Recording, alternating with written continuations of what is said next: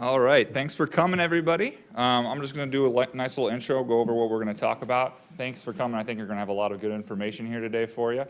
We'll have a little break in between, maybe around after the second presentation, maybe at 9:40 we'll take a little 10-minute break. Someone mentioned that it's a long time to sit, so it's probably a good idea. We'll take a small break, but first we'll start out with PERSI. And everybody knows PERSI. It's your base plan, your pension plan. She'll go over kind of the benefits of that and also the 401k choice plan. And then I'm going to come up about 9:20 or so. We're going to rough numbers here. And I'm going to talk about your 457 plan, which is very similar to the 401k choice.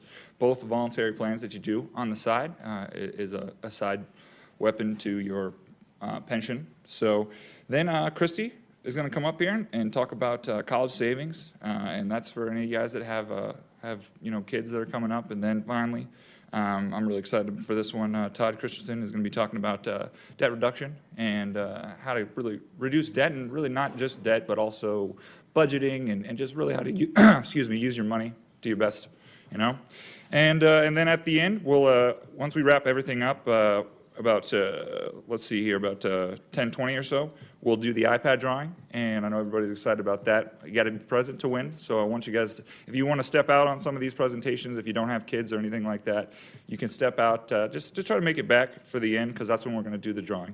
So with that, I'm going to go ahead and we'll have Carmen come up here with PERSI and start talking about your pension plan.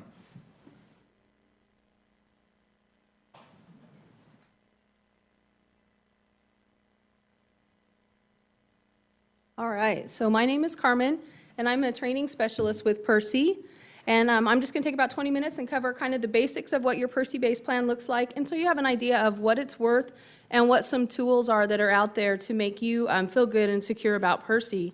I think that we are not going to do questions and answers. We're going to be around our tables afterwards, so if you have some questions, I'll be out there. But here we go. So no matter what's going on in your life, whether you are early career or mid-career, maybe you're at the end of your career, you're starting your family, maybe unfortunately getting divorced, whatever the case may be, PERSI wants you to know that you can live your life and evolve through your career, and PERSI's going to be there for you. PERSI's going to be there and take care of your retirement, so you don't have to worry about it. And honestly, do we think about PERSI on a daily basis? Most of us know, right? So one of the biggest things that I think that most of us don't know about PERSI, and that I think is such a big deal, is that it is a defined benefit plan. And what that defined benefit plan means is it is mandatory, but that money is always your money. PERSI would never assume that money, your contributions and your interest that your account is earning. PERSI would never assume that money under any circumstance. So even if you were let go for like a disciplinary reason or something like that, that money is still going to be your money. The other thing with the defined benefit plan is that we don't have to worry about how it's invested. We have a chief investment officer. He takes care of all of our investments. He does really well for us. His name is Bob Maynard. So we don't have to worry about how we invest our money or trying to outguess the market. So again, the biggest thing is that it is defined by a formula. So in 2008, when the market kind of crashed, it didn't affect your benefit at all. So your account balance doesn't matter. The rate of interest doesn't matter, but that's always nice, and it matters to maybe your beneficiaries. And then market volatility. So those three things, those things don't matter. What does matter, and the things that we should care about as PERSI members, are your average monthly salary. So anytime that you can maybe get promoted or get a little bit of a rate increase, that's going to help your benefit in the end. There's a statutory multiplier. So for us, most of us as general members, that statutory multiplier is 0.02. And then for public safety officers, it's 0.023. So it's a little bit higher. Those folks have a little bit different formula. And then months of service. The months of service is really the one that you have the most control over. So the longer you work, the better your benefit is going to be.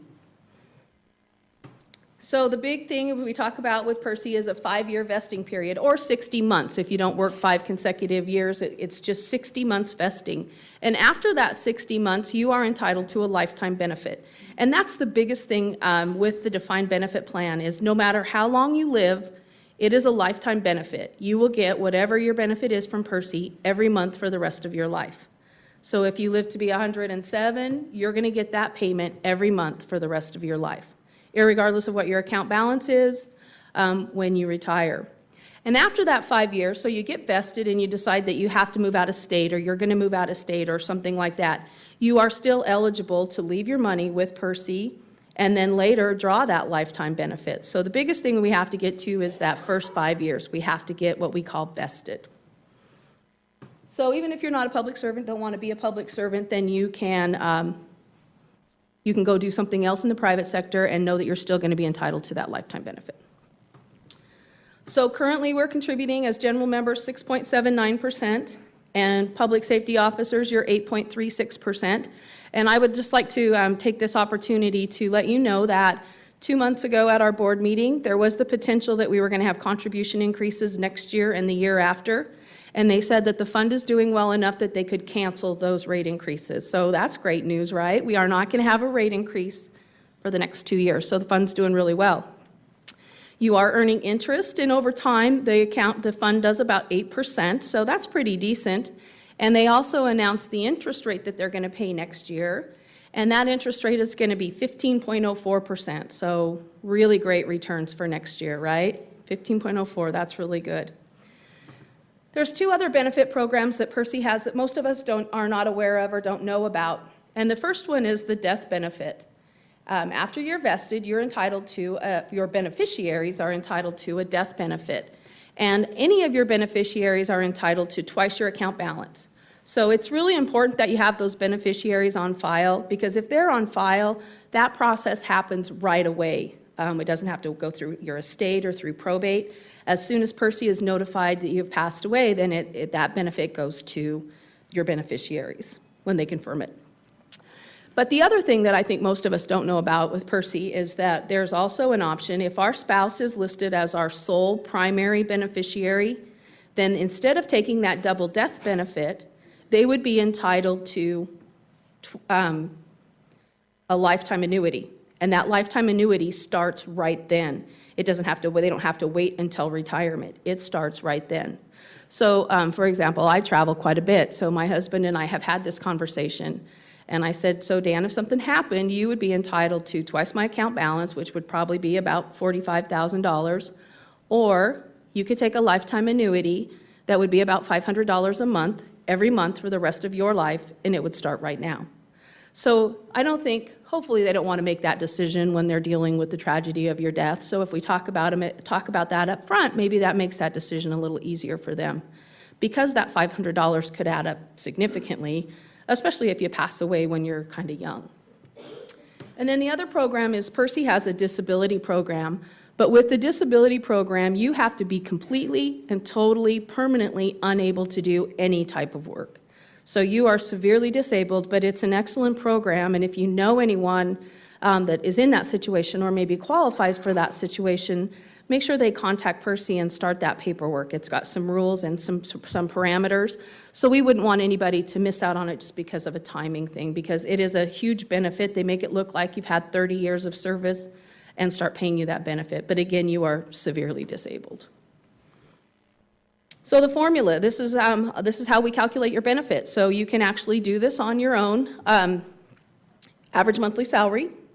And PERSI will look throughout your career, and wherever they find the highest consecutive 42 months, that's what they will use for your average monthly salary.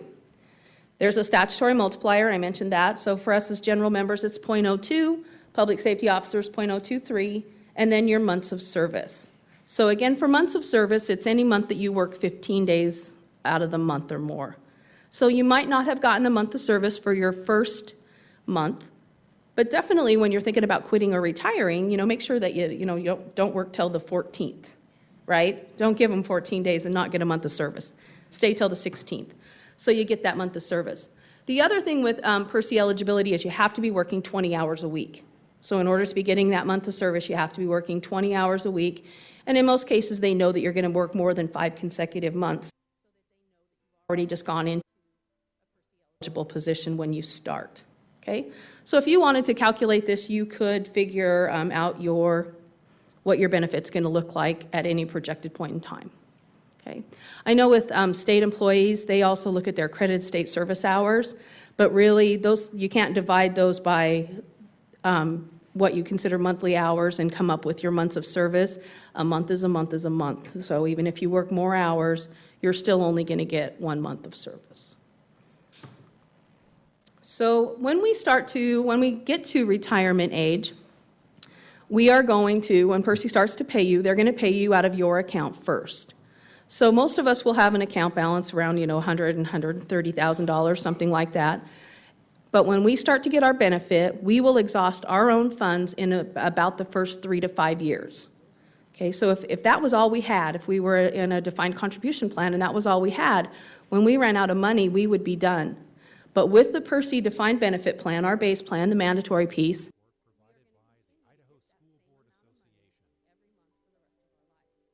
and that benefit is our employer's share and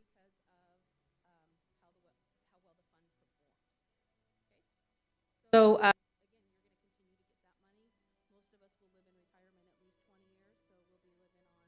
the PERSI dime for most of our retirement. This is just a quick example that I like to show because I think it shows great things. Someone starts their career when they're 29. They work for 35 years, get to service retirement age. They're going to have a monthly benefit of about $2,600. Okay, they're going to get that every month for the rest of their life. Their account balance when they retire is going to be right around $100,000. So in order to do the same thing with a defined contribution plan and provide that same $2,600 for their life expectancy, they would have to have almost $800,000. So that's really what our PERSI does for us, is it really makes up the difference in that huge gap. Okay, so when can we retire? This is what we all care about, right? We can just talk about this slide and go home.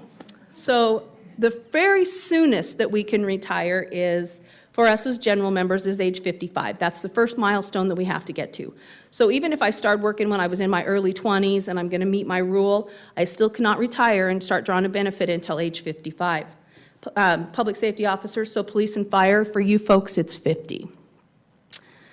If after that, maybe we're not looking at that early retirement age, the next age that we're going to look at is what's called service retirement age. At service retirement age, no matter when I started my career, I can retire with no reductions to my benefit. Okay. At service retirement age, we don't call it a full benefit or a maximum benefit, and the reason for that is because, remember, every extra month that you work is going to make your benefit a little bit better. So we don't talk maximum benefits, because as long as you work, it's going to enhance your benefit. But you can, we also don't talk about mandatory retirement. You don't have to stop working, okay, just because you get to service retirement age. The other thing that I think people get confused about is this service retirement age and then also their rules.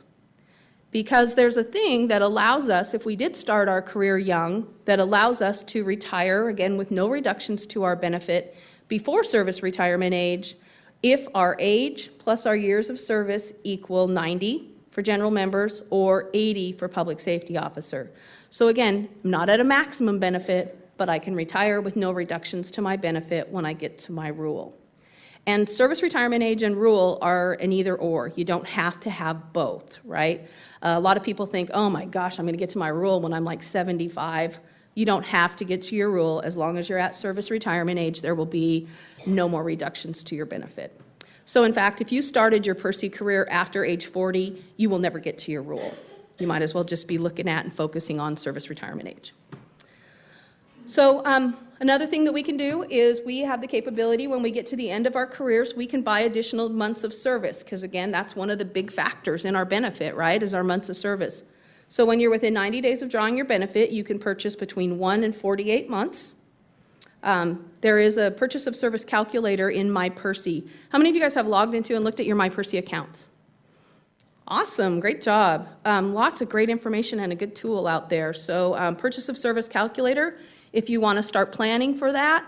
The 401k, 457, those are great mechanisms to be able to buy that time to plan for it in the future. So if you have about a 30-year career, PERSI is designed to replace about 60% of your income, and Social Security, I know how we feel about that, right? Maybe, maybe not. We think Social Security is probably going to be there. but it's designed to replace only about 40%. So between those two, you're in a good position, but really, what if you want to do more? What if what you want to do in retirement is going to be expensive? You want to travel and do those kinds of things. Well, PERSI has a choice plan. It's a 401k. If you invest in it, it is invested exactly the same as the base plan if you don't move it. You can manage that money yourself, but you can leave it in the default, which is the total return fund, invested exactly like the base plan. Okay?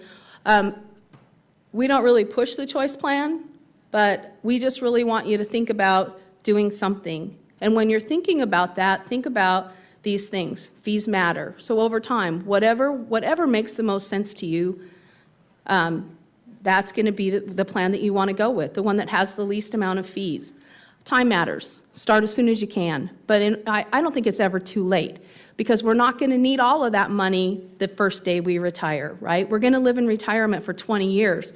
So even if we start doing something extra a little bit later in our lives, I think it's still going to be a good thing for us over time. And then absolutely matching matters. If your employer will match anything, that's definitely what you want to go with. So just real quick with the choice plan, you can start, stop, or change that at any point in time. All of us were set up with a choice plan account when we came to work with our PERSI employer. The minimum is $5 a pay period or 1%. And all those transactions can go through your HR department. You can get that started with a payroll deduction. Again, this one is different than our base plan in that it's a defined contribution plan, so it is very dependent on the market and market volatility. You have those investment choices, but again, if you like how the PERSI fund is doing, this one is invested. The total return fund, the default is invested exactly the same. So how to get the most out of your retirement? I think we only need to have one bullet point on this slide, and I think it just needs to say, retire and live a long, healthy life, right? That's how we get the most out of our PERSI benefit. But do something extra. Know your PERSI is going to be there for you, but if you know you're going to travel or you're going to have a jet boat or whatever in retirement, and you know you're going to need more, or you're thinking about retiring young and you're going to have to self-insure, then use those mechanisms, those defined contribution plans, to be able to be in a good position at retirement. You have the capability to buy back time. So if any of you maybe were with a PERSI employer before and you cashed out, you can buy that time back. Typically a pretty good way to go. And if you're thinking about that, right now the lock-in interest rate is the lowest it's ever been. So if you're thinking about a buyback, get that process started before the end of the year. Okay? And like I said, I'll be around. If you want to talk buybacks, I'll be around after we get done with these. Here's our website, and we're not going to talk about too much. I just wanted to make you aware of what the web address was. And then I want to point out one specific thing so that you will always know how to get a hold of PERSI. And that is up here at the top. This doesn't have a red light, but up at the top, there's a contact us. So that's got our phone numbers. So if you don't remember anything else about the PERSI website, remember that, because you can get a hold of us by phone. There's an email form that you can fill out, or it's got our physical address. You guys are all pretty close. We're just across the street at 8th and Washington. You can stop in and see us anytime. The MyPERSI, absolutely great tool. It has a built-in financial planning tool. So my goal is to retire at 58. And the first time that I walked through this process, it told me that I needed to save $66 more a month. That's pretty straightforward.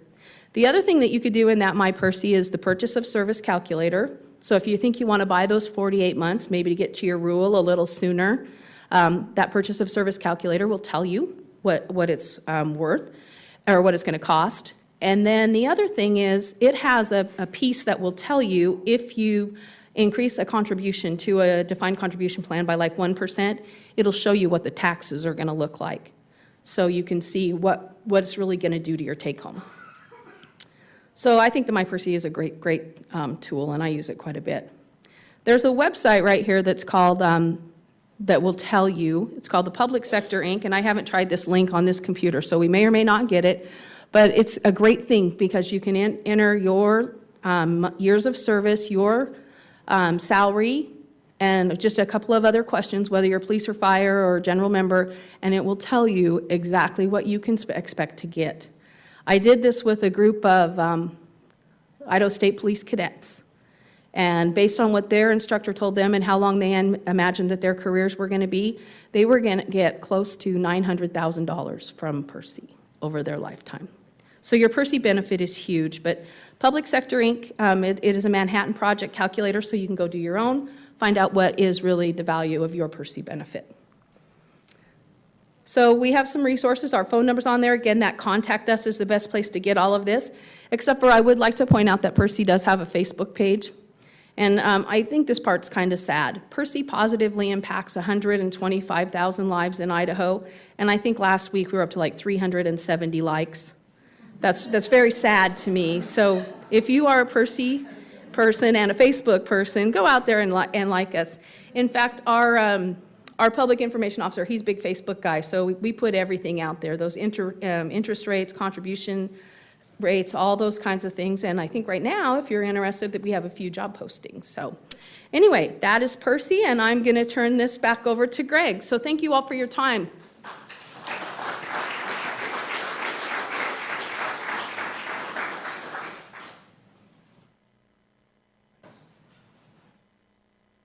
All right.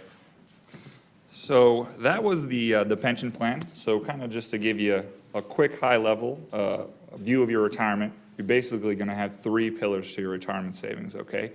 You're going to have your pension, you're going to have your Social Security, and then your personal savings. And so that's whatever you really saved on the side is a voluntary action on your own behalf to put money on the side, and that's where that 457 comes in. This 457 plan is, it's been with the state for about 35 years, really great plan, and it's all just what you want to do on your own. Right now they are doing, if you do 2% to start, or if you're already in it. How many of you guys are already in it? Raise your hands. Perfect, that's good to see. So if you go up 2%, you can actually go ahead and get a $50 bonus. If you start at 2%, you can get another $50 bonus. Also, it's going to be happening again in January, so if you do it now and then again in January, you can get another $50. So that is definitely something to take advantage of. But I'm going to show you guys a quick video here to just kind of show you some of the people that have been in it and how they feel about it.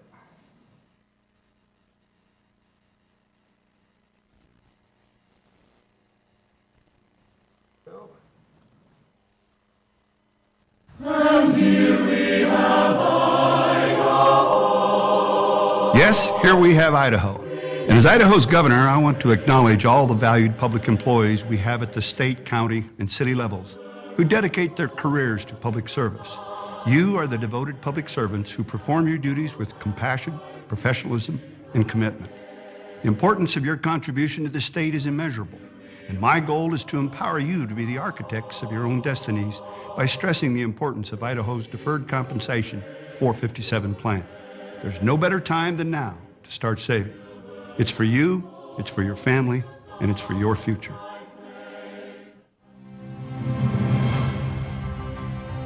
The state of Idaho is the 43rd state admitted into the Union. We're very proud of our heritage and of our independence and our responsibility for our own destiny, and that's what deferred comp is all about and how you can invest on your own for your own retirement. We started the 457 plan in Idaho around 1980, and what we were looking at was a private vehicle to assist Idahoans and Idaho employees in their retirement. I am a participant, and I have a vested interest in making sure the plan is the best plan possible.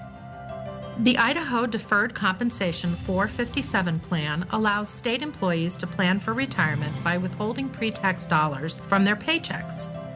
These dollars are for investment into high-quality mutual funds, asset allocation portfolios, target-dated funds, or a fixed account. The plan provides incredible distribution flexibility when you retire or leave your job.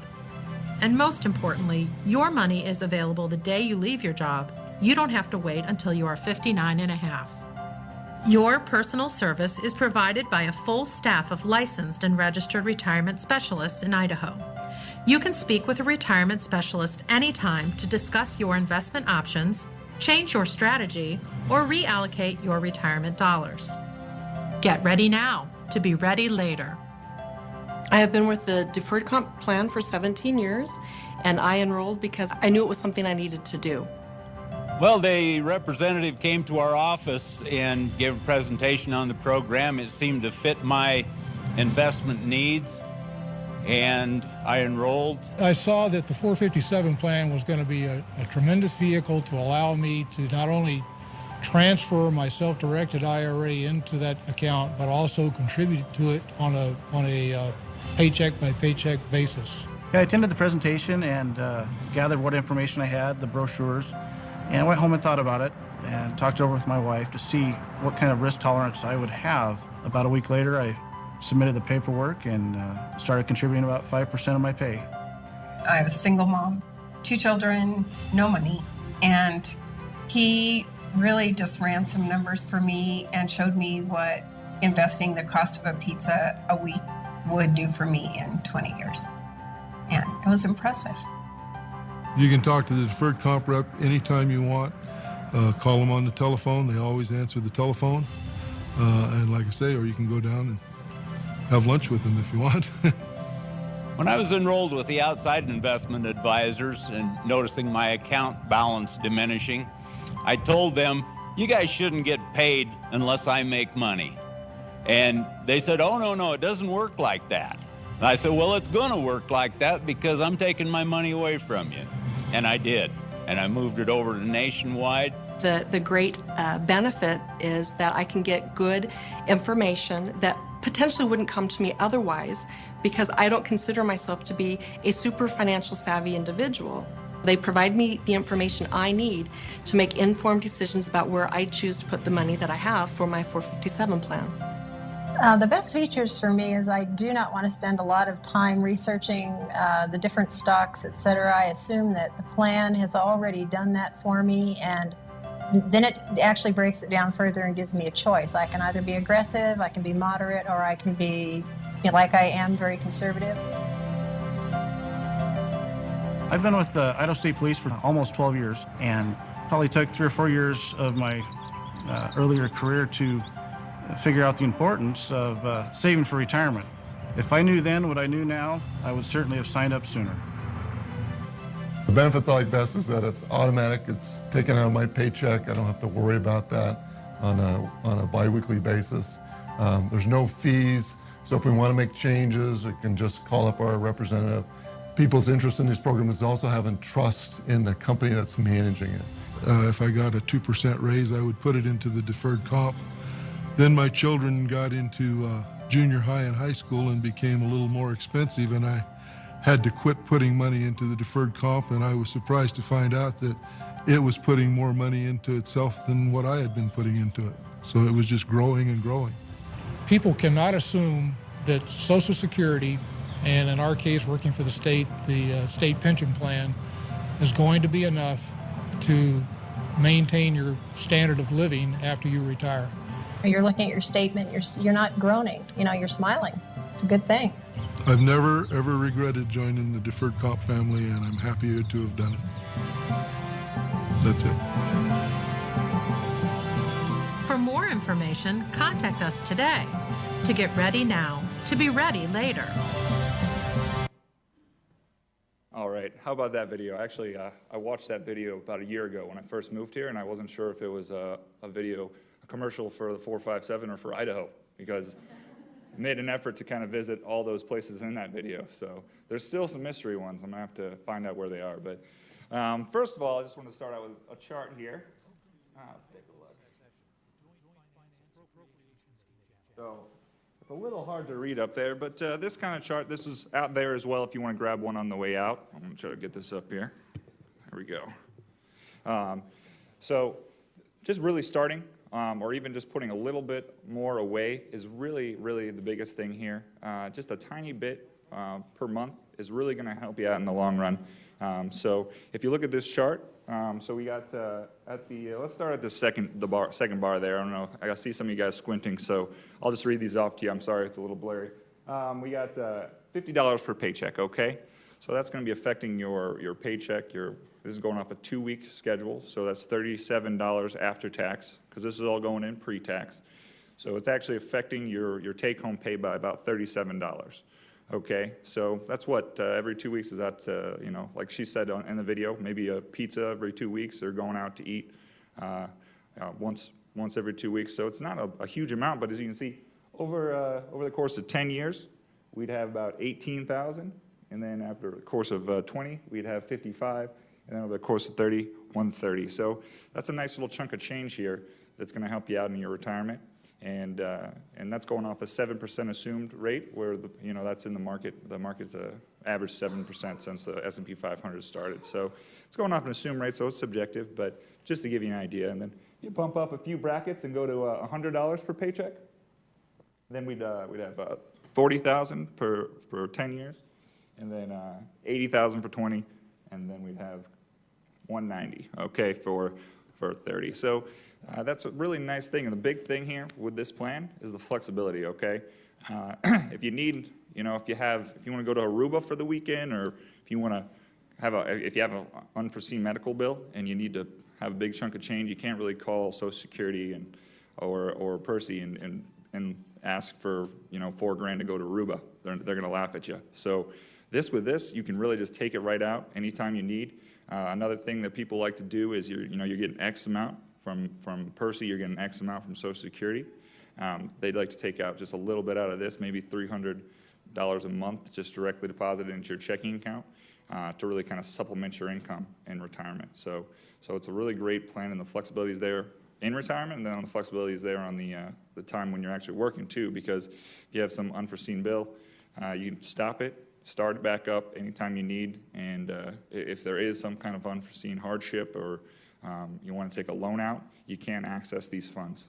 There is ways to access it if you do have some kind of hardship like that. So there's a lot of good ways to use it in retirement and while you're working too. So I'm just going to get out my little cheat sheet here too, just make sure I mention everything.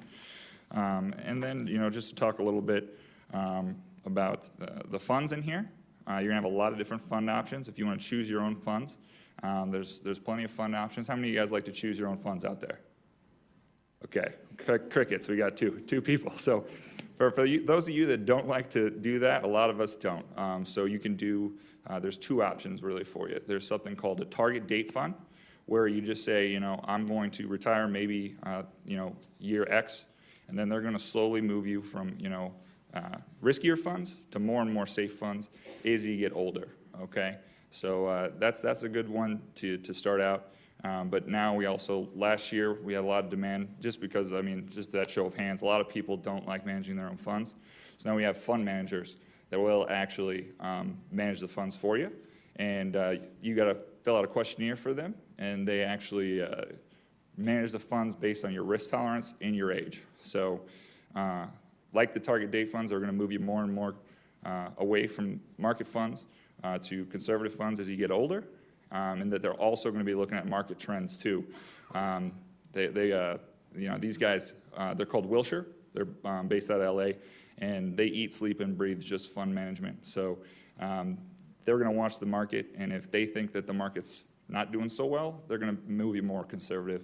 And then if they think the market's doing better, they're going to move you more aggressive. So, they balance the risk with the returns, and a lot of people have really enjoyed them since we started doing those guys. So that's one thing to consider. We'll have a bunch of information out there about those guys as well. Another new thing that came out last year that we're trying to make everyone aware of that's really great is the Roth option. So with the Roth option, anybody familiar with Roths out there? Okay, there we go. The Roths are great. A lot of people really enjoy them. It's really the only completely tax-free kind of account that you can have out there. So what that chart we're showing here, that's showing pre-tax money, okay? So we're putting all that money in pre-tax. So with the Roth, it's the opposite of pre-tax money. It's we're going to say, I'm going to pay the taxes on it now, and then I'm not going to pay the taxes on it later. So the disadvantage is you're going to end up with a little bit less money in that account. But the advantage is when you take that money out in retirement, you're going to be completely tax-free. It's basically just taken out of like a savings account. You're not going to have to pay any taxes on that. It's a great account. I wouldn't say do all of it. I would do half and half. Doing half and half pre-tax and then half into the Roth is great. Just because you don't know what's going to happen with taxes in the future, okay? The taxes, we're all hoping they're going to be lower in retirement, but you never know what's going to happen in the future. So it's good to have the option for both, just to I mean, just one way that I've seen people use that Roth is last year I had somebody that was taking out a lot of the pre-tax money. So you got to imagine all that Social Security money, all that PERSI money, that's all going to be taxable income to you when you're actually just ordinary income when you're actually retired, right? So they've taken out, so much pre-tax. They didn't want to get bumped into a new tax bracket, but still needed some more money for the rest of the year. So they just took out of that Roth. The Roth isn't going to affect your tax bracket whatsoever. So it's a really neat account that a lot of people have been really utilizing. And I've seen them use it in retirement, and it's really fantastic what they can do with it. So one other thing here too that any of you guys closer to retirement, that's great right now, especially with current market conditions. If you ever look at fixed accounts out there, like CDs or anything like that, not a lot of them are paying too well. With this account, I've been talking a lot about market funds, but there's also fixed accounts. So there's a guaranteed 3.5 while you're working, and then this is huge. Once you're actually retired, you get a 4%. 4% guaranteed. It's never going to go below that. It can go higher than that, but that's written into the contract. We've been doing this plan for about 35 years, so Idaho has quite a bit of bargaining room with us when it comes to fixed rates. So that 4% is huge. I see a lot of people, once they retire, they got a lot more time on their hands. They really start to analyze all their plans a little bit closer, and they realize that this plan is just, I don't want to say cheap, but very efficient and economical. There's no fees on that fixed, and a lot of people really take their accounts from other places, start looking at old 401ks. You can do this while you're still working too. If you have an old 401k or anything like that, you can roll that into this and take advantage of this plan. And another huge advantage of that is just to have it all in one spot. I got so many username and passwords to websites that I can't even keep track of them. So having it all in one spot is good, just consolidate it and keep life simple. So that's a huge thing that a lot of people like to take advantage of, not just in retirement, but while you're still working. You can roll money over from other places. So that's a really good thing.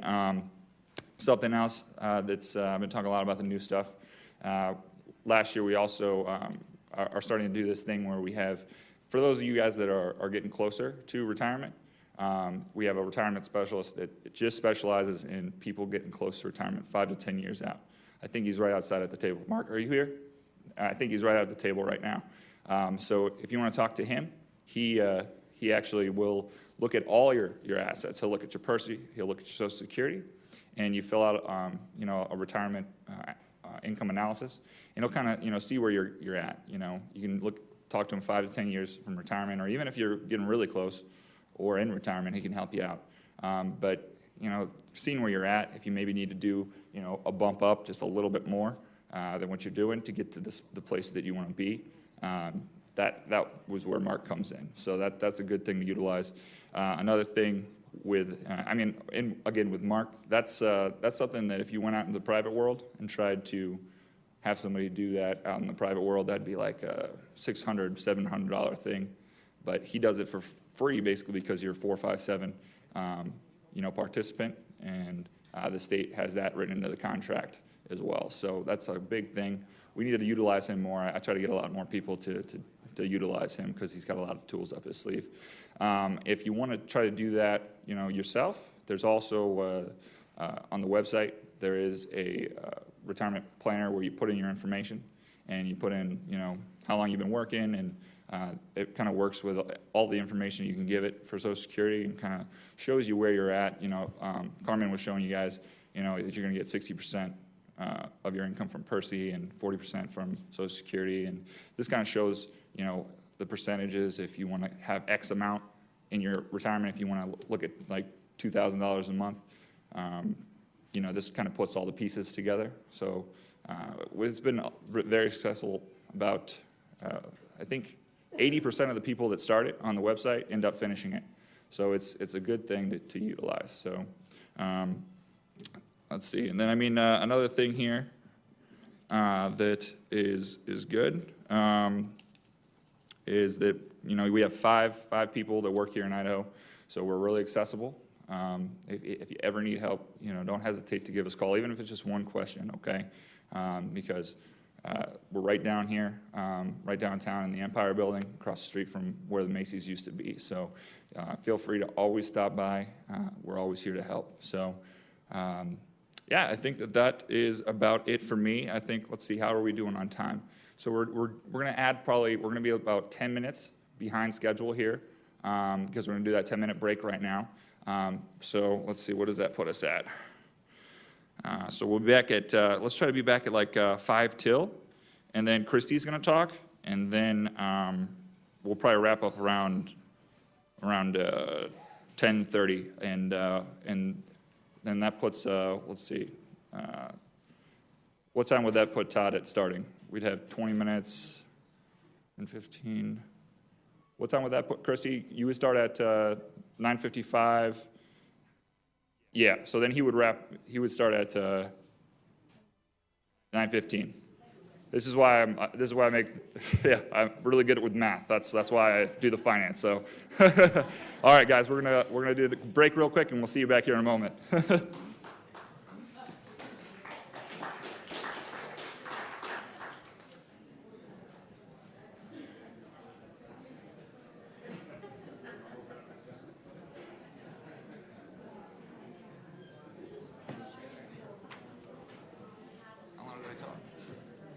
You were pretty much on time. Yeah. Yeah.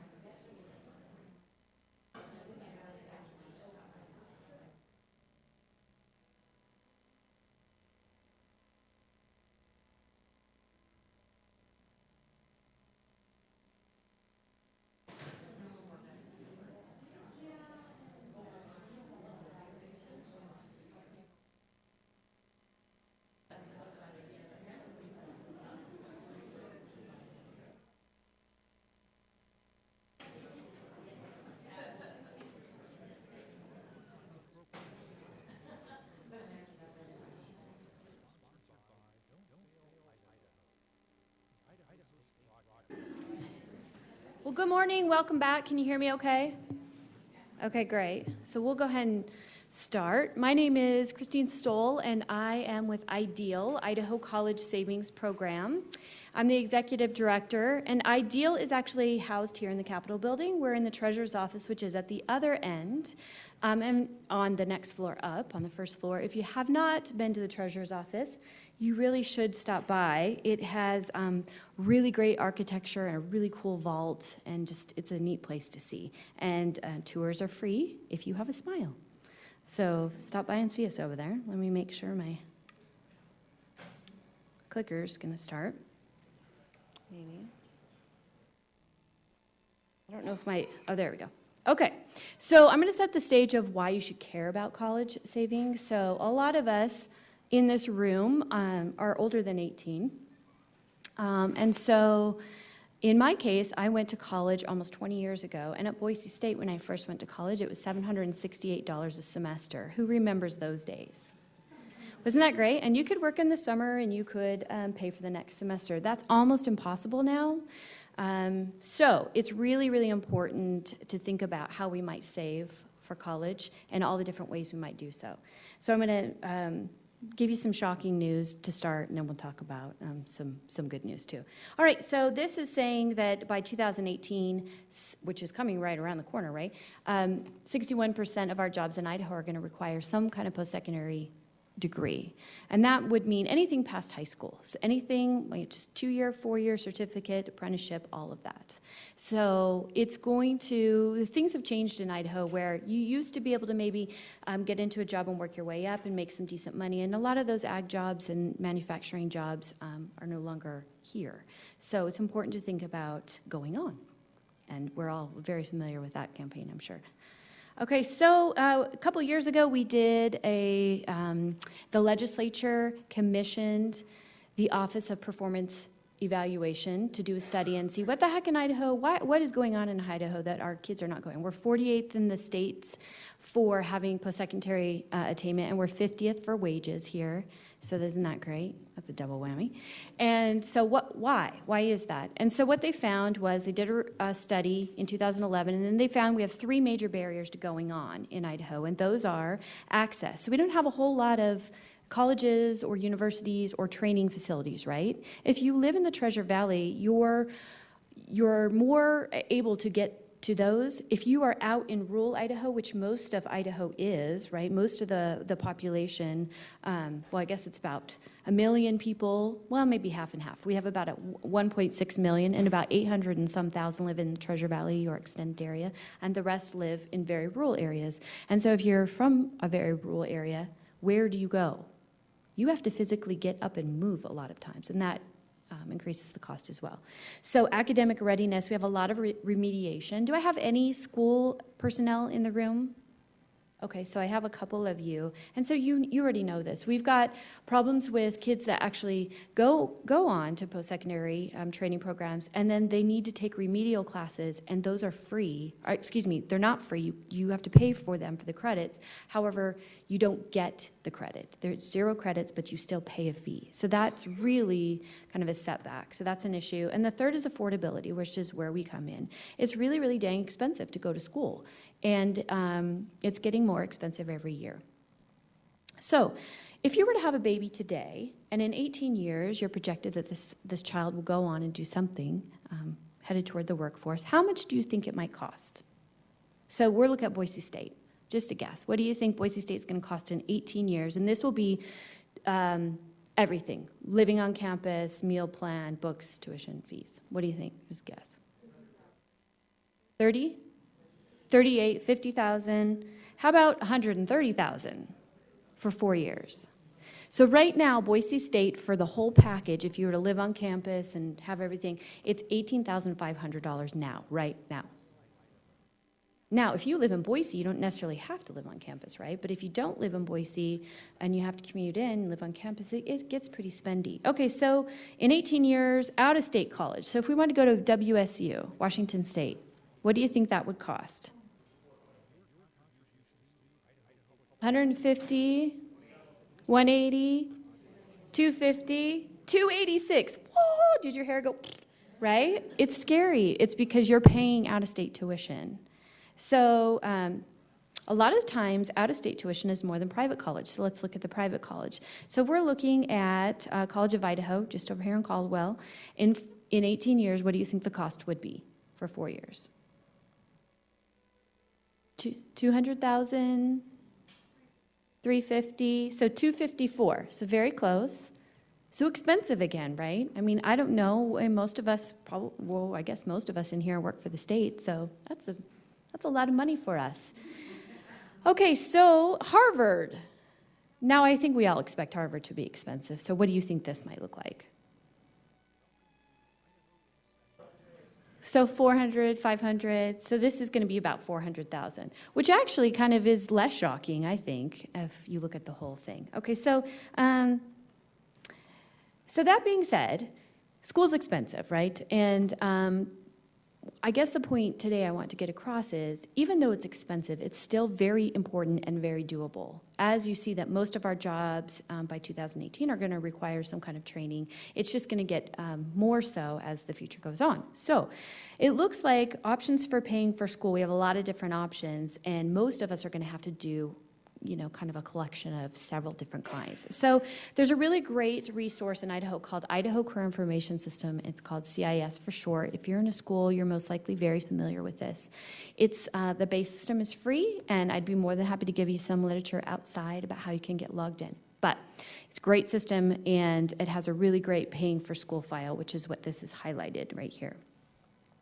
It's really important every year when you're looking at ways to pay for school and you've got somebody like junior year, you need to fill out the FAFSA, which is the free application for federal student aid, and you have to fill it out every single year, and that determines whether you're going to get a grant, a loan, what kind of scholarship you're going to get, what kind of loans you're going to get. Everybody has to fill it out, and so sometimes it's really surprising, and in Idaho we're really working on having people fill that out. It's a barrier. And so if you haven't heard of FAFSA and you have kids in high school, you should be hearing about it. If not, ask your counselor. And scholarships. So everybody that I have ever talked to thinks that their kid is the best, the smartest, the brightest, and is going to get a scholarship, by golly. So I have a 2- and a 4-year-old, and my 4-year-old, as most 4-year-olds, loves the movie Frozen. Loves it. She's very talented, she thinks, in singing and dancing. And I suppose I could think that she might be able to get a scholarship someday. But she's 4, and I have no idea what her talents are going to be. So that is not going to be my A plan. And I would suggest that not being your A plan, because we just don't know, right? And scholarships, there's 2 different kinds of scholarships. We've got merit scholarships, which are based on doing well in school, grades. A lot of times that has to do with community service and that sort of thing. And you're competing globally now. We're not just competing in Idaho. So you might have a 4.0, but sometimes it's like, yeah, so what? Harvard's definitely like, yeah, and what? What else do you have? So be thinking that scholarships, you definitely are hoping for those, but that shouldn't be your A plan. Also, athletic scholarships. So those usually are very, very talented people. A lot of times they start when they're little, playing whatever sport that might be.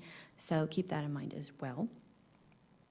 We have some really great state scholarships, and a couple years ago there was a task force to meld them all together because we had tons and tons of them, and they weren't being given out, awarded, if you will, because a lot of people just didn't know about them, or it was confusing how to apply. So now we have one major scholarship called the Opportunity Scholarship. It just opened. It's open now. So if you have kids that are looking to go to school, please, please, please go to the state board's website and apply. It's actually renewable for 4 years. I think it's like $3,000 a year. GPA is just under 3. I think it's like 2.8. Tamara, does that sound right? And it's really, really, I don't want to say easy, but it's there's money. So please go apply for that. We also have other scholarships. Oh, sorry, this is outdated. It said applications starting 2013. It's every December. It's open. Other scholarships that the state board offers as well, some private scholarships and so forth. Grants, so grants are money that you don't have to give back. Who doesn't want a grant? Everybody wants a grant. But that should not be your A plan. That is determined by FAFSA as well. Okay, so schools also have their own grants. So whatever higher ed institution or private training place, they might have their own grant as well, but you also have to fill out the FAFSA. Work study, so that's when you're working on college campus or you're kind of, trading your work for some funds to go to school. And that's also determined by FAFSA. So make sure you fill out that FAFSA, it's really important. Okay, so then there's loans, and we're about $1.3 trillion in debt, our society right now, in student loans. You cannot discharge these loans in bankruptcy. And most families find out junior year when they fill out the FAFSA that there isn't this big pot of free money and that more or less there's loans for you. So there's two major parts, two different kinds of loans, subsidized and unsubsidized loans. Subsidized loans allow you to furlough, I guess, or have the interest start after you are finished with school, 6 months after. Unsubsidized, the interest starts right away. And the interest rate is like 7%. It's pretty high. So you definitely can get some loans, but again, hopefully you'll have some savings. And there's other kinds of loans too, but we won't be going into that. Really quickly, there's a tuition reduction program. So a lot of times these help you waive state fees. So if you wanted to go to Washington State University, there's lots of tuition reduction programs you might qualify for. I will say, however, most of them are for healthcare related fields. So this is also in Career Information System. You can find out more about that. Other ideas. So if you are going to community service, military, working, tax credits, all sorts of things. So, all right, so why I'm here. Don't forget to save. Because you're going to probably have to do a little bit of what we just talked about. Probably loans, a little bit, hopefully just a very little bit, savings, hopefully a scholarship, right? So we have some research showing that kids that have a college savings account of any kind are 7 times more likely to go on and actually finish. It's huge. And really what it's saying is it's changing your culture and your family and setting the expectation that it's important that you will go. Again, anything past high school, we consider college. Okay, so how can Ideal help? So we're the state-sponsored 529. 529 is the IRS code for college savings, just like 401k means retirement account, okay? And so we allow you to save in a tax-advantaged way. We give you tax-deferred growth. I guess I'll back up really quick. Any of your contributions you can deduct off of your state taxes each year. Up to $4,000 as a single filer and up to $8,000 if you're married. So it's post-tax going in. However, we try to mitigate that by letting you deduct it off your state taxes.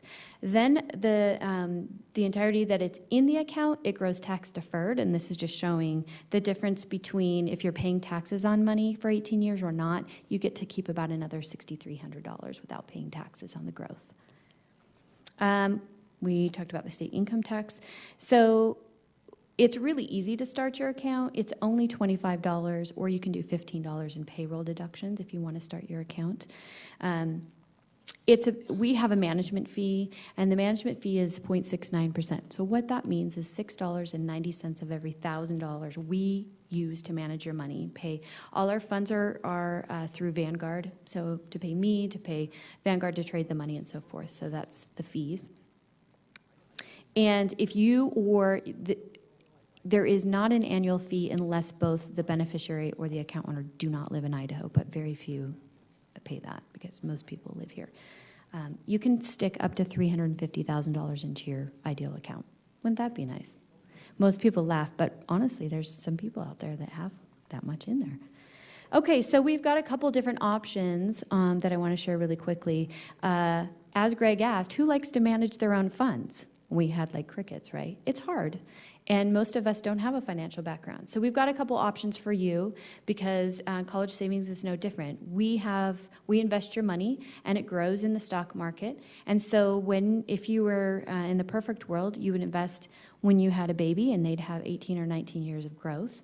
And all along those ways, you could be managing that. If you're not comfortable with that, we have something called age-based, which I know kind of maybe is a little hard to see. But what it's showing is that each one of those on the left is an age range. So this first is 5 years and younger. And then we've got moderate growth, conservative growth, and and aggressive growth. And then we put if you have a child, like my oldest is 4, and I'm okay with aggressive growth, so we have her all in stocks. And every 5 years, we move your children down to more conservative investments towards college age. And so we call that autopilot. We do it for you. And so this is the risk spectrum for age-based. So it's saying we would recommend that you have more time to be aggressive as they're younger, and as they get older towards college, then that's when you start moving to a more conservative. We also have fixed asset. This is where you do it yourself. So you can pick all your own assets, and you can put them in whatever combination you want. And this is also your risk potential. So less risky is money market all the way to international stocks, and you can choose all of that as well. Okay, we also have a Sallie Mae savings portfolio that's FDIC insured up to $250,000. So it's not necessarily in the stock market. Okay, so some things really quick before I show you a quick video. The account is always in the adult's name. It is never the child's. So even though the child becomes of age and is in college 20, you don't have to worry about them cashing the account out to buy a car or going to Aruba or whatever it might be. You are always in control of the money. And that's important because you want to make sure that anything that they cash out is a qualified tax, qualified distribution for taxes, because then you don't pay any federal or state taxes on your growth when you pull it out. So as long as they use it for school, and that would be tuition, books, room, board, fees, then you don't have to pay taxes on the growth. So if you had 18 years of growth, that's a lot that you get to save, get to keep in your pocket. There's no income limit, so unlike a Roth or another investment, you don't income out after you make a certain amount of money. If you make $2 a year or $2 million a year, you can contribute to Ideal. You don't have to be a state employee. Anybody in Idaho can have an Ideal account. Time, you can keep your money in there indefinitely. There's no moratorium on bringing it out. And schools, you can use it anywhere in the United States as long as it's an accredited institution. So it doesn't have to be an Idaho school. Dual credits, we have dual credit programs, so you can use your Ideal funds to pay for dual credit. That's where you take college credit in high school, and you pay like $65 a credit versus $200, so that's really important. What happens if you have leftover money? You can leave it in the account indefinitely. You can move it around to different children, anybody else in your family, for yourself, without any indication of a problem. If you take it out to buy that sports car, go to Aruba, you will pay a 10% tax deduction or 10% tax penalty on what you've brought out. So if you took $5,000 out, you'll pay a tax penalty on that 10%, and you will also pay taxes on that $5,000 that you took out. Okay, so we've also got some estate planning. You can gift, and I'm gonna fast forward. And before I forget, we are giving money away this year, right now. So K-Hits, you can get at one of these, is doing 12 days of giveaway, and we are one of the 2 giveaways, 2 days of some college money. So check that out. But what I wanted to show you too is, especially if any of you work in HR departments, this video kind of sums up what the Ideal plan is all about. Show it in your work. Education is very important. My family has a history of going to college. His family does as well, and it's always been an expectation. It's not like if you're going to go to college, you are going to college, basically, in our family. It's an expectation. Yeah. We're putting away money for your college, and they plan to go. And we have the time between now and then to save. If we're going to have to cram it into a small period of time, it's really going to be expensive. So let's start now. By the year 2030, it is estimated that the cost of a 4-year Idaho college tuition will exceed $125,000, while out-of-state tuitions will rise to nearly $400,000. It has never been more important for families to plan and save for college. My name is Mac Walbuck. My name is Jennifer Caprell. Margot Walter. Christy Walbuck. My name is Karina. My name is Jean McDaniel. I'm Joe Davio. Mike McDaniel. This is our 2.5-year-old, Grayson. I'm Ron Gambassi, and I'm a financial planner and investment advisor. I work in human resources. Director of Client Relations. I'm a business owner. Financial analyst. I'm a coordinator for State Department of Education. Saving and investing for college instead of relying on student loans can cut the cost of attending in half. For us, having funded our own educations, it was really important to help him in any way we could. So we felt like giving him a head start would be really providing him a foundation for the financial resource so he could have the opportunities we had, but not be disadvantaged, later in life with student loans and that kind of thing. I was the high school student who didn't have any money. I know what that struggle was. So when you kind of look at your own history and you say, I'm going to make sure that these kids can focus on other things than the worry about where the dollar is going to come from.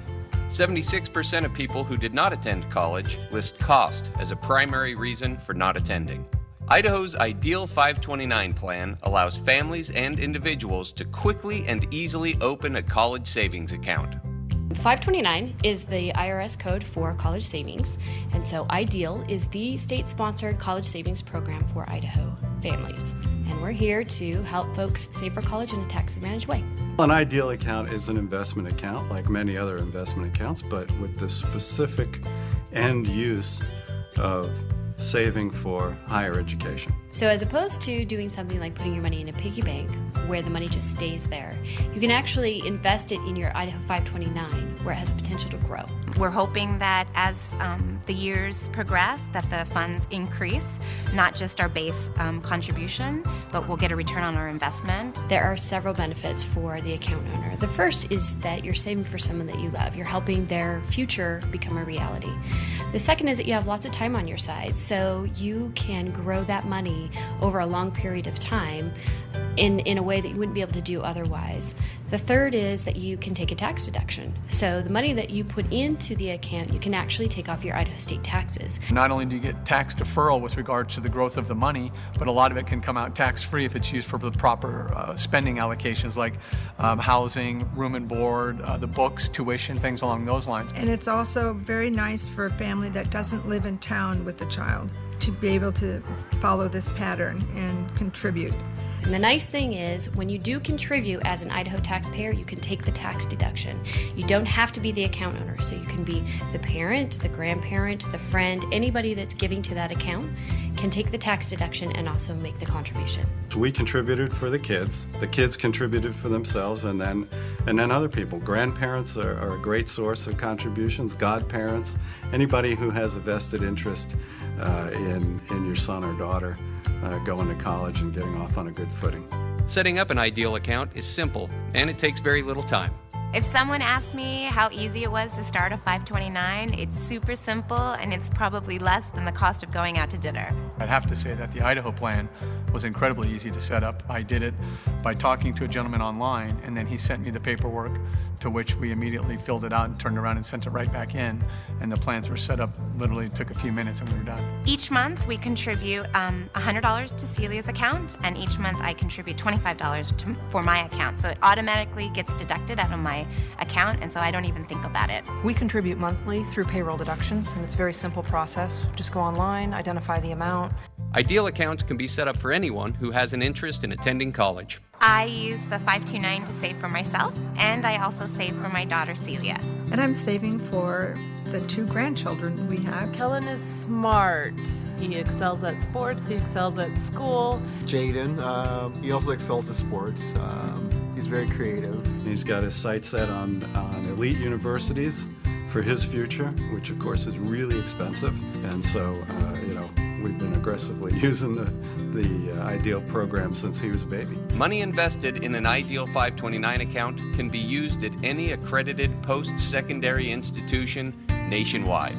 I think as parents, it's our goal to provide the best foundation for our kids, and this is just another tool we have to make sure they have the best life possible. There's a message there saying, you're on your path going to college. You're on your way. It's important to me that we are able to provide them a college education that's debt-free. We've tried and tried to keep that as a goal and achieve that as a goal. And then the 529 was a vehicle for us to do that. It's not important how much you start with, it's just important that you start. Yeah, you got to start somewhere, and it's important you start. You can open an Ideal 529 account with just $25. We have friends whose education was paid for, and they're in a much different place than we are as a result. And so, again, we just wanted to provide that same opportunity for him. But he's still gonna work. He's gonna work and go to school. College costs money. What's your plan? Start saving today at idsaves.org.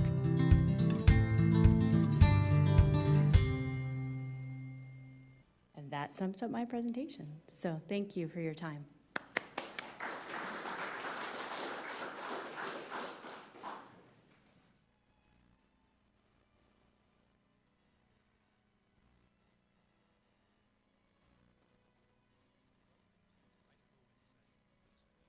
So the man of the hour we've all been waiting to hear about how he can get us all out of debt and stay out of debt.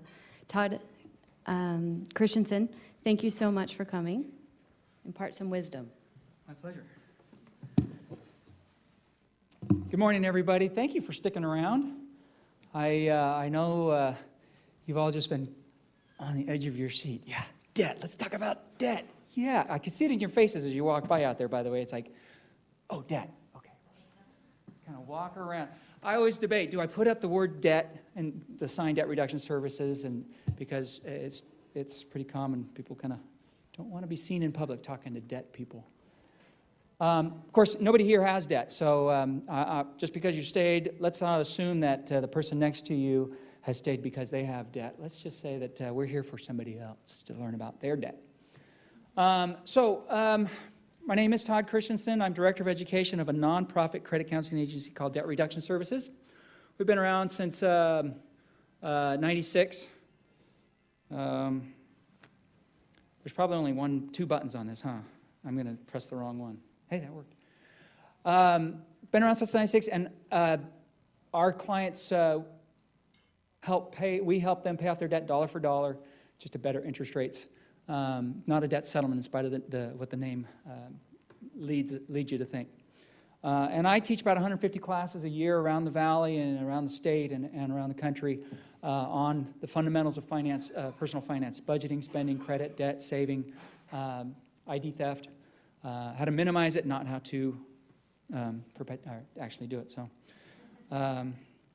okay, so I'm going to be the last one. You've been here for an hour and a half, 2 hours. We're going to have this interactive. Got 4 questions. It's a 4-question quiz. You can, there's no passing grade. You can all leave when we're done, regardless of your score. But what is the average U.S. household credit card debt in this country? And it's multiple choice. Yeah. So 6 to 8,000, 10 to 12, 14, 16, 18 to 20. Who wants to take a guess? Okay, who said 18, 20? Okay, for being the first one to answer, you get a care package. Okay. So it's a book that I published last year called Everyday Money for Everyday People, and a workbook and other things. Okay. What else? Everybody agree with that, 18 and 20? Yes.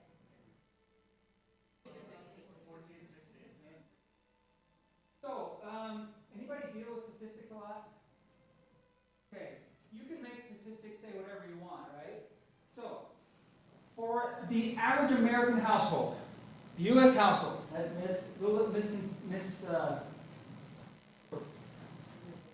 you. If you take all U.S. households, it's about 8,000. But if you just take those that have a credit card in their home, then it is 14 to 16. Now, if you take only those that carry a balance, it's going to be much higher than that. So if a household does carry a balance, it's going to be, on average, even higher than that $14,000 or so. Okay. What is the average student loan debt at graduation? Did you? I didn't hear necessarily hear that. Yeah. What? 20? I don't have 100,000 up there. Okay. E. Okay, so when I started teaching classes almost 11 years ago, it was about $17,000. And it's gone up almost $1,000, about $1,000 a year. The good news is since last year, it's actually gone up less than it has for the last 10 years. But it's still going up. 29 is still a really good program. So it is in that $27,000 to $28,000 range on average. And as Christy mentioned, that's not something you can get rid of in bankruptcy. If you file for bankruptcy and have a student loan debt, 98% of student loan survives bankruptcy. You have to prove to the court that not only can you not pay it now, you'll never have the ability to work and to pay that off. So you have to pretty much prove just complete, full, permanent disability. Why do most individuals file for bankruptcy? So this, as a nonprofit credit counseling agency, we provide credit counseling to people who are going through bankruptcy. Before you file for bankruptcy, I'm not promoting bankruptcy here. It is the last resort for kind of saving your financial situation. People who file for bankruptcy have to go see a nonprofit credit counseling agency before they can even file. And after they file their petition with the court, but before the court discharges them of their responsibility to pay the debt, they have to go through a 2-hour financial education program. And we've been doing that for since 2004, late 2005 when the law was changed. So, and we surveyed people and we asked them, what is it that sent you into bankruptcy? What was your cost? So these are on self-reported basis.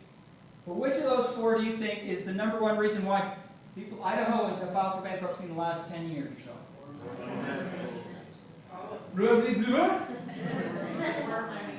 Okay, point over there for poor, medical expenses, poor money management, divorce, or job loss. Let me see your hands.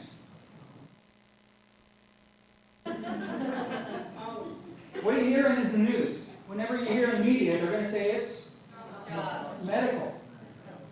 It's job loss. At the depths of the recession, it was about 50%, over 50%. Job loss. Over the last 10 years, it's right about 38, 40%. Medical expenses isn't even number 2. For 3, at about 17 to 18%. Number 2, holding steady, no matter what the economy has done in the last 10 years, holding steady at 25%. Poor money management. Those who have gone through divorce are like, how can divorce not be number 1? Those who haven't gone through it are like, what's that doing up there? By the way, if you know somebody going through divorce, finances, make sure they understand and they're not led to believe that, oh, once we're divorced and the divorce decree says, well, he pays for that, she pays for that, all is settled and all is well with the world. The divorce decree does not include creditors. You cannot divorce your debt.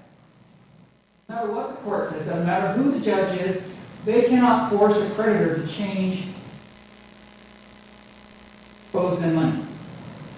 So what happens a lot of times in our experience, people come through our program and say, look, I got divorced 9, 12 months ago, things were getting back on track, and all of a sudden, I find out that my ex filed for bankruptcy, now they're coming after me. He or she was responsible for that. Why are they coming after me? Because your name was on the account. So that they work as hard as they can to get the name off the account before or during or after. There's no guarantee. Just don't. It's very common for when one files for bankruptcy, the ex quite often has to file for bankruptcy. Okay, so fatal mistake number 1. What is it that would help in these situations? What could somebody do to help, not necessarily stop all bankruptcy, but minimize the impact, minimize the number?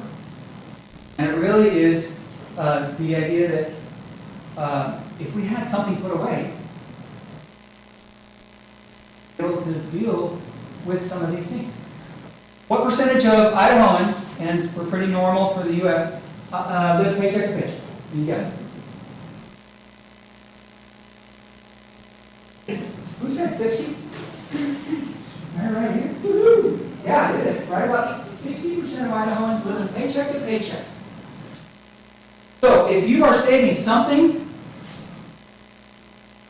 you're in a good group there, because the majority of Idahoans don't save anything. Of that 40% that are, I would assume a large percentage are not saving very much. 60 and 28%. So we found that 60% of people filing for bankruptcy, when that event happened, they were divorced, had medical emergencies, or lost their job, had that much money in their bank account. Zero. Another 28% had less than $1,000. Less than $1,000 is not going to get you through a job loss. I'll live on credit cards. I can probably, I can put off my payments for a few months. It doesn't really work. Most mortgage companies are not going to accept credit cards anyway for payment. But savings, that is the number one fatal mistake is we don't save. So I have a whole presentation on savings, I won't get into it. That's number one. Save, automate, get out of your account. Human nature, if you leave it in your checking account, end of the month, there's money left over, what are we going to do with it? Save it? Oh, money left over. So, but if we get it out of our checking account on payday or end of the month, we adjust our to living without it. Try it. If you think there's no way I can save any more money, try it. Add an extra $10. Take another $10 out this month, right at the beginning, right on payday, and find at the end of the month, 20 next month, be 40 the next month, double it until you're up to $500. You're like, wow, I spent a lot of money on stuff I didn't realize I didn't really need. Okay, amount is more important than consistency to begin with. Start, just like in the video. The important thing is not how much you start with, just start saving something. Okay, that's mistake number one, keeps us in debt. How much do minimum payments pay down the debt? Okay, just because I'm out of these little packages. Okay, how much do our minimum payments pay down debt? 1 to 2%, 4 to 6, 8 to 10. We're talking credit cards here. 12 to 15. What do you think? Feels like 1 to 2, right? I got my first credit card, 22 maybe or so, and $2,000 credit limit. Maxed it out in 36 hours. And I'm an author of personal finance. And I got my first bill, $50. I bought this nice professional keyboard and studio monitors. I blew out one of the monitors in a week.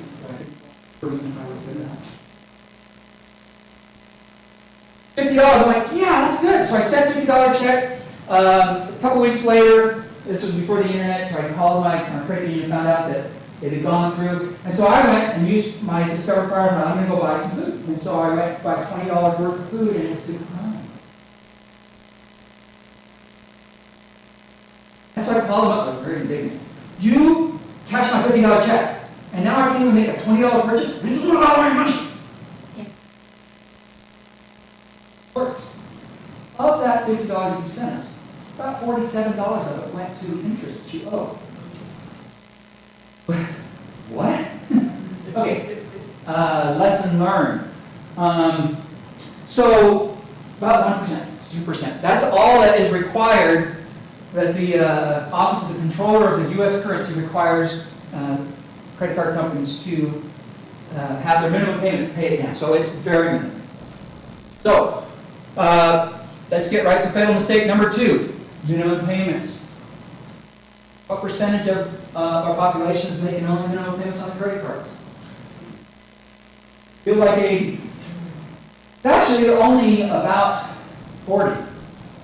Oh, yeah, about 40. Now, this presentation, portions of this was, I put it together for the Smart Women, Smart Money Conference, a great program that the state treasurer does. Anybody been to it? Program, great. Hope you have an enjoyable time. It's coming in February 13th again? 13th last? All right.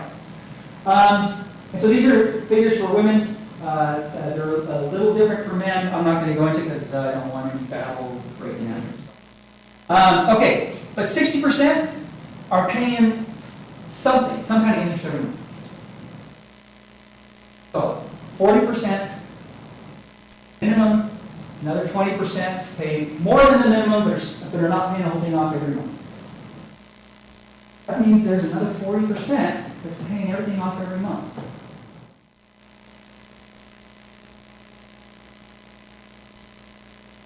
Save money. And there's this other crazy statistic. There's about 40% of Americans work with the budget every single month. 40% again. Like no matter what happens, there's still going to be 40% of people who are just doing something with their money. Let's make sure we're in that 40%. That we're not paying extra interest on our credit cards, that we're not saving, and we're not budgeting. Well, double negatives for the benefit of my English teacher from high school. Okay, so paying out down extra. How do you pay down credit card debt? Again, none of you have credit card debt. This is for your friends or family members. But what if you can't afford extra payments? I say, well, use the level pay. I call it level pay. Start with today's minimum payment. And then next month, they're going to ask for a little less than today's minimum payment still. And the next month, they're going to ask for a little more. And instead of taking, if you go the minimum payment method, it's going to take you 15 years to 25 years to pay off credit card debt. That's never using it again. Using minimum pay, or level pay, where you take today's minimum payment and you never change it, no matter how much they ask for, you can pay it off in 6 years. Add an extra $50, and we're talking about like $15,000 of debt. Add an extra $50, you can pay it off in about less than 3 years. So, understand, we're coming down the stretch here. Question 5. I told you 4 questions, sorry, just a bonus. Anybody have a chance so far? Who helps consumers pay their debts dollar for dollar? Okay, if you were listening at the beginning. Okay, debt negotiators, they're the ones that say, hey, we'll help you negotiate your principal balance down by 50%. Be aware, and I'll try to be as honest as I can. I am a nonprofit credit counselor. But negotiators work on the principal balance. They also charge fees, and after all is said and done, you end up paying anywhere from between 70 and 100% of the original balance anyway, and your credit is trashed. Most people who go that direction don't really care about their credit anyway, but it has a definite negative impact on credit. Counselors help the clients pay off their debts dollar for dollar, lower interest rates. I always suggest if you can, pay off your debts on your own. Even nonprofit credit counseling agencies have some fees. They're pretty minimal. They're capped by state. Enrollment in Idaho is capped at $75 in monthly fees. You're now at $20,000, $30,000 of credit card, medical debt, any kind of debt except home loan, car loan. You're still paying. You're still going to pay a maximum fee of $50 a month, and it has to be paid off within 5 years. There's no, you can't. Oh, I'll take the 10-year program. It's a 5-year requirement. Bankruptcy attorneys. Bankruptcy damages your credit, yes. It does stay on your credit for 10 years, but the further in the past it goes, the less it hurts. I've talked to people who've gone through our program and have, within 2 years, they've been able to build their credit back up and buy a home for with a very reasonable interest rate. Not a plus. I've never met anybody who said, I went through bankruptcy and that was fun. It's a great experience. It's there for a reason. You do have to see a nonprofit credit counseling agency anyway before you can even file. State lottery, that doesn't really help people pay off their debts dollar for dollar. Anyway, okay, debt is, you ask what it is, or you say, what is debt? It's a ball and chain, it's prison, all that. The point is, debt stinks. You pay it off on your own. If you're a CPA, where do you send your extra payment every month? Which debts do you send your extra payment? The highest interest rate, right? Most of us who get into credit card debt don't do it because we're CPA minded. We're not that disciplined. We usually get into debt for other reasons. And so one of the other things that I say is, how do you organize those debts? Focus on the smallest one first. Motivationally, you get it paid off within a week, a month or two sometimes, and then all of a sudden it's like, yeah, I can do this. And you stick with it, you go for the next one. And once you're in the zone and you're paying off debts left and right, then yeah, switch to the highest interest rate. Even if you stick with the lowest balance versus the highest interest rate, you're still only going to spend on $15,000 worth of debt at 16, 50% interest. You're still only going to pay an extra couple $100 over about a 4-year period, 3-year period. So it's either way. But if you're going to do the highest interest rate, stick with it. Great. If not, try the smallest balance first. Okay, and then just keep going. And the last mistake people make is just transferring debts, thinking, I'll just transfer it from credit card A to credit card B. I get a balance transfer, it's only 3%. What are some other things people do to move their debts around rather than actually pay it off? Refinance their home. I'll put my credit card debt into my home. Well, we've just taken an unsecured debt that you cannot lose property for. They can't come into your home and take back your big screen TV if you bought it with a credit card. But if you put that into your refinance and pay it off that way, now your home's at risk for whatever you put on the credit card, even if it was top. So borrowing money from retirement accounts is not a good thing to pay off debt. By the way, refinancing, paying it off. What else? The really kicker on that is 70% of people who pay off their credit card debt with equity, home equity, in 2 years, their credit card debt is right back to where it was, and now they also have a home equity debt because they haven't addressed the original issue, which is overspending. So, it makes sense, again, from a total financial point of view, lower interest rate, tax breaks, so forth. But human behavior, not necessarily good. So, anyway, I know we're over time, but if you have any questions, I'm going to be sticking around. The goal is to be debt-free, period. Live debt-free. There's going to be health benefits to that, less stress, less stress, happier life, and so forth. So, if you have any questions, I'll be outside. But you guys, thanks again for sticking around. Thanks for your involvement, and I hope you have a great day. Is there any wrapping up here? Are we done? Christy?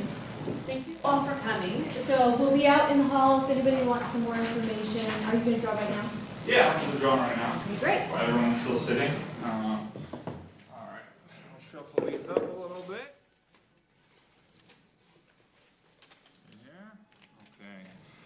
Do we have a Lance Moody here? No Lance Moody?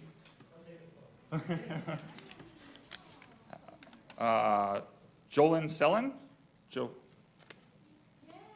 Yay! All right, guys. And so we're all going to be out here for about the next hour and 15 minutes. We really appreciate you coming. Sorry we went a little bit over. But we'll all be out there. Thank you, guys.